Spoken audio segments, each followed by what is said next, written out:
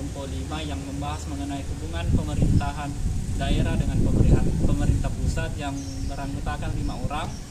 Saya atas nama Renovita Ramadana selaku pemateri pertama.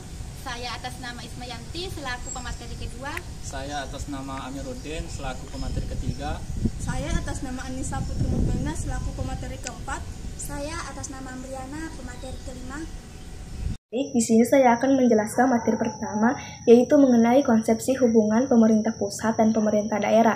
Nah, di mana dalam hubungan pemerintah pusat dan pemerintah daerah oleh Clarke dan Stewart dapat dikonsepsikan dalam 3 bentuk hubungan. Yang pertama yaitu the relative autonomy model, di mana dalam model relative autonomy di sini pemerintah pusat memberikan kebebasan atau kewenangan bertindak yang lebih besar kepada daerah dalam kerangka tugas dan tanggung jawab yang telah dirumuskan oleh peraturan perundang-undangan. Di mana dengan adanya pemberian kewenangan dan kebebasan melalui peraturan perundang-undangan tersebut, maka pemerintah daerah menjadi leluasa dalam bertindak, baik itu dalam mengatur maupun mengurus urusan yang menjadi kewenangannya. Nah, yang kedua yaitu the agency model, di mana dalam model agensi di sini daerah tidak mempunyai kekuasaan yang cukup berarti, sehingga daerah hanya bisa dikatakan sebagai agen atau bisa dikatakan sebagai penyalur atau pelaksana saja dari pemerintah pusat yang bertugas untuk menjalankan kebijakan pemerintah pusat. Dengan kata lain, pemerintah daerah ini hanya sebagai perangkat yang dari pemerintah pusat yang harus dengan patuh melaksanakan kebijakan dari pemerintah pusat. Nah, yang terakhir yaitu the interaction model, di mana dalam model interaksi ini keberadaan dan peran pemerintah daerah ditentukan oleh interaksi yang terjadi antara pemerintah pusat dan pemerintah daerah, di mana jika interaksi tersebut berjalan dengan baik dan dapat saling mengisi, maka kepercayaan pemerintah pusat terhadap daerah akan semakin besar dan luas. Demikian juga sebaliknya, jika interaksi antara pemerintah pusat dan daerah tidak baik, maka akan sangat berpengaruh terhadap kepercayaan pemerintah pusat terhadap daerah. Sekian. Selanjutnya, materi yang kedua mengenai paham otonomi daerah. Otonomi berasal dari kata Latin yaitu auto yang berarti sendiri dan nomoi yang berarti undang-undang. Jadi, otonomi daerah dapat diartikan sebagai membuat undang-undang sendiri. Tetapi, pengertian tersebut merupakan pengertian yang sempit karena pada kenyataannya pemerintah daerah tidak hanya membuat undang-undang sendiri dan melaksanakan tugas legislatif saja, tetapi melainkan juga melaksanakan penyelenggaraan pemerintah eksekutif daerah.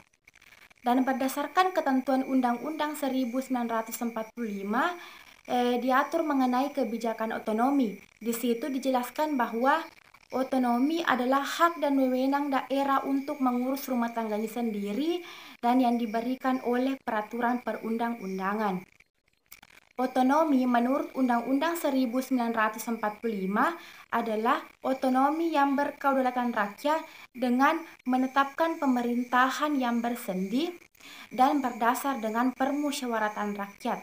Dan adapun daerah yang dimaksud dalam Undang-Undang 1945 ini adalah daerah provinsi atau daerah yang lebih kecil dari daerah provinsi, dan di mana bentuk susunan pemerintahannya diatur oleh undang-undang. Otonomi daerah menurut Undang-Undang 1945 adalah otonomi, desentralisasi ketatanegaraan dan teritorial.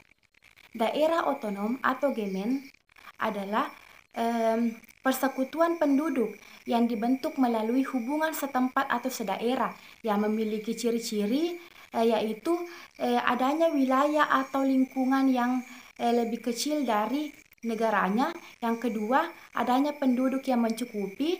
Yang ketiga, adanya kepentingan-kepentingan yang bercorak sukar, atau di mana di sini yang dimaksud bercorak sukar adalah kepentingan yang tidak dapat dibedakan dengan kepentingan negaranya. Yang keempat, adanya organisasi yang memadai yang dapat menyelenggarakan kepentingan-kepentingan tersebut. Dan yang kelima, adanya kemampuan untuk menyediakan biaya yang diperlukan. Dan adapun tujuan dari pemberian otonomi daerah yaitu yang pertama untuk mengembangkan pelayanan dan kesejahteraan masyarakat untuk semakin baik. Yang kedua, mengembangkan kehidupan yang demokrasi. Yang ketiga, distribusi pelayanan publik menjadi semakin baik, merata, dan adil. Dan yang keempat, memberikan penghormatan terhadap budaya lokal.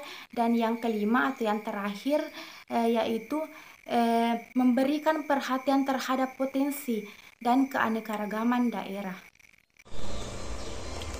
Langsung saja di sini saya akan membahas mengenai asas penyelenggaraan pemerintah. Nah, yang pertama yakni asas desentralisasi. Asas desentralisasi di sini adalah lawan dari asas sentralisasi. Asas sentralisasi suatu asas yang memusatkan seluruh kebijakan negara atau kewenangan mengatur ada pada pemerintahan pusat sampai pada masalah sekecil-kecilnya.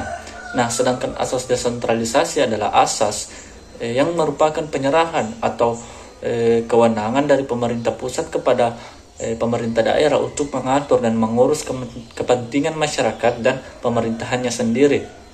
Nah, selanjutnya yakni asas dekonsentrasi. Asas dekonsentrasi adalah lawan dari asas konsentrasi.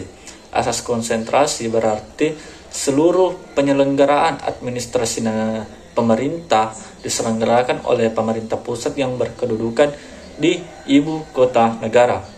Semua diselenggarakan di pusat, sedangkan asas dekonsentrasi artinya asas yang tidak konsentrasi, yang berarti dalam penyelenggaraan pemerintah pusat menempatkan pejabat-pejabatnya di daerah yang bertugas sebagai tangan pemerintah di daerah. Nah, adapun menurut Effendi, asas dekonsentrasi adalah asas yang menitik beratkan pada pelimpahan kewenangan dari organ yang lebih tinggi kepada organ-organ di bawahnya berdasarkan pada prinsip-prinsip administratif. Nah, jadi yang diserahkan ke bawahnya ini adalah wewenang untuk bertindak dan mengambil keputusan, sedangkan tanggung jawab kepada masyarakat itu tetap berada pada tangan pemerintah tertinggi yakni DPR. Nah, adapun pertimbangan dan tujuan diselenggarakannya asas desentralisasi ini diantaranya adalah yang pertama, meningkatkan efisiensi dan efektivitas penyelenggaraan pemerintah, pengelolaan pembangunan dan pelayanan terhadap kepentingan umum. Yang kedua, kepentingan komunikasi sosial, kemasyarakatan dan sosial budaya dalam sistem administrasi negara. Dan yang ketiga, terpeliharanya keserasian pelaksanaan pembangunan nasional. Dan yang keempat yakni terpeliharanya keutuhan negara kesatuan Republik Indonesia.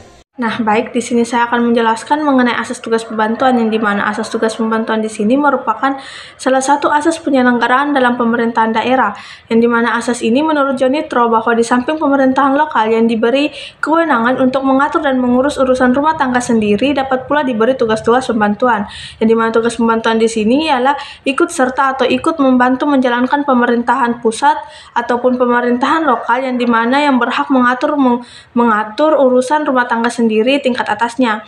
Nah, di sini dengan kata lain bahwa tugas pembantuan ini merupakan bentuk pemberian penugasan dari pemerintah pusat kepada pemerintah daerah provinsi dan pemerintah daerah kabupaten, serta dari pemerintah daerah provinsi kepada pemerintah daerah kabupaten, yang dimana sehingga tanggung jawab dari penugasan ini masih dipegang oleh pemerintah pusat maupun pemerintah daerah provinsi kepada pemerintah daerah kabupaten. Nah, selanjutnya yang akan saya jelaskan yaitu mengenai hakikat dari tugas pembantuan itu sendiri. Nah, hakikat dari tugas pembantuan di sini terdiri dari 7 poin, yang dimana poin pertama yaitu adalah tugas pembantuan adalah tugas untuk ikut membantu menjalankan urusan pemerintahan yang dalam tahap implementasi kebijakan yang bersifat operasional. Lalu yang kedua, urusan pemerintahan yang ditugas bantukan adalah urusan pemerintahan yang menjadi kewenangan dari institusi yang mengelolanya. Lalu yang ketiga, yang dimana di sini jenis kewenangan yang dapat ditugasbantukan adalah jenis kewenangan yang bersifat atributif, sedangkan jenis kewenangan yang bersifat delegatif tidak dapat ditugasbantukan kepada institusi lain.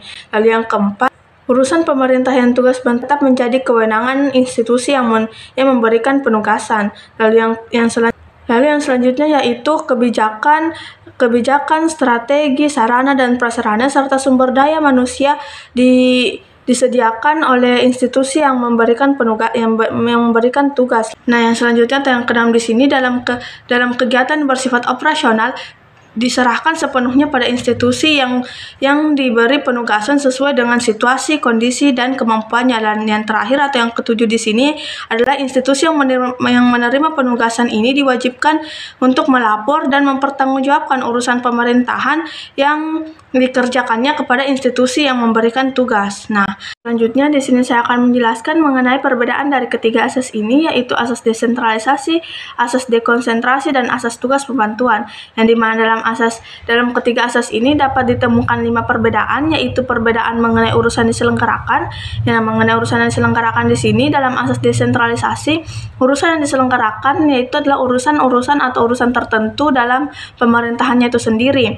Yang dimana kita ketahui bersama bahwa asas desentralisasi di sini merupakan penyerahan kewenangan dari pemerintah pusat kepada pemerintah daerah untuk mengurusi urusan rumah tangga daerah itu sendiri. Nah, yang kedua yaitu asas dekonsentrasi, yang dimana asas dekonsentrasi di sini urusan yang diselenggarakan merupakan urusan pemerintah pusat yang ada di daerah. Lalu yang ketiga yaitu asas tugas pembantuan, yang dimana asas tugas pembantuan di sini mengenai urusan yang diselenggarakan merupakan urusan pemerintah pusat.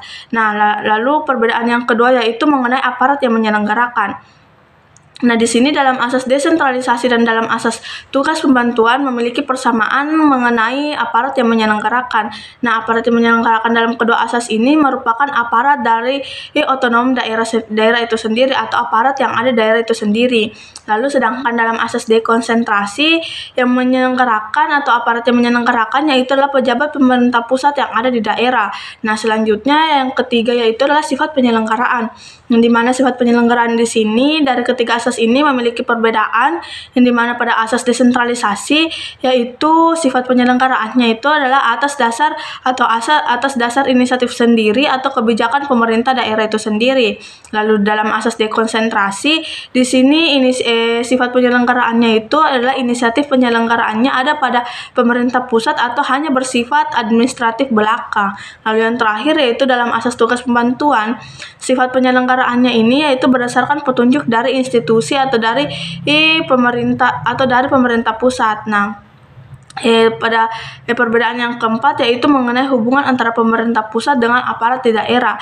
Nah, hubungan antara pemerintah pusat dan aparat di daerah di sini dalam asas desentralisasi hanyalah bersifat pengawasan, sedangkan dalam asas dekonsentrasi dan dalam asas tugas pembantuan di sini sama-sama memiliki hubungan menjalankan perintah. Nah, yang kelima yaitu dapat kita lihat dalam pembiayaan. Nah, pembiayaan di sini dalam ketiga asas ini memiliki perbedaan. Yang pertama dalam penyelenggaraan asas desentralisasi yaitu sepenuhnya dibiayai oleh APBD.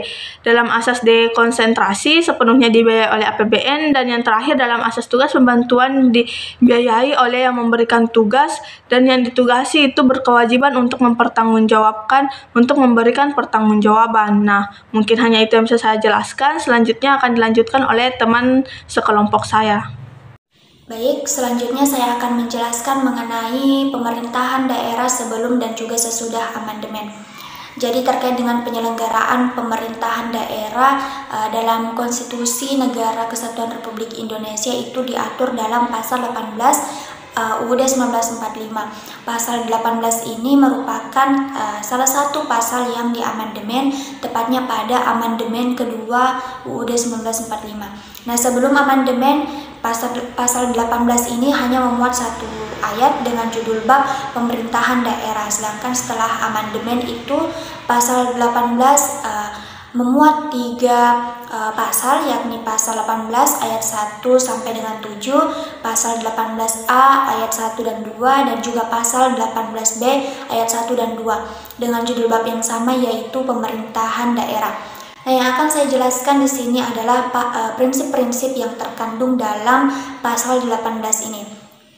Jadi prinsip yang pertama yaitu prinsip mengatur dan mengurus sendiri urusan pemerintahan menurut asas otonomi dan tugas pembantuan yang termuat dalam pasal 18 ayat 2.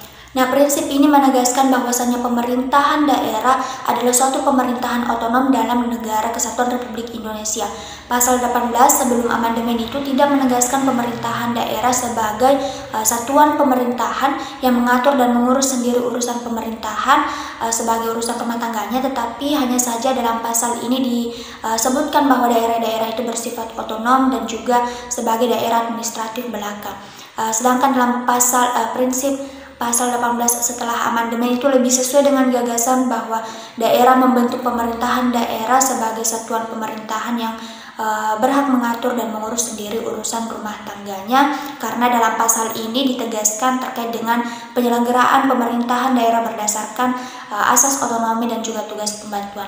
Kemudian prinsip yang kedua, menjalankan otonomi seluas-luasnya. Nah, dalam secara historisnya Negara Kesatuan Republik Indonesia itu sudah menghendaki pelaksanaan otonomi yang seluas-luasnya, namun belum termuat dalam UUD 1945. Jadi pemerintahan yang sentralistik itu tetap muncul, dan pada akhirnya dilakukanlah amandemen pada pasal 18 ini dan tepat sekali menegaskan, menjelaskan terkait dengan pelaksanaan otonomi yang seluas-luasnya. Kemudian prinsip yang ketiga, prinsip kekhususan dan keragaman daerah yang termuat dalam pasal 18A ayat 1.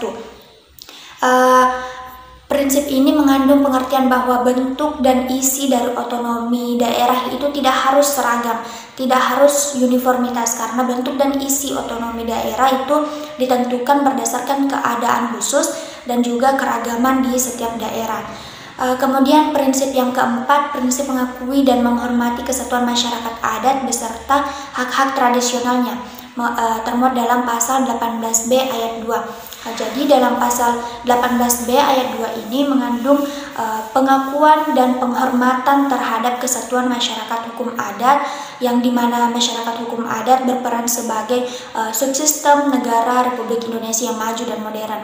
Kemudian hak-hak tradisional yang dimaksud di sini adalah hak ulayat dan juga hak-hak untuk memperoleh manfaat dan kenikmatan dari tanah air, yang mana hak ini harus dijunjung tinggi dan juga diakui.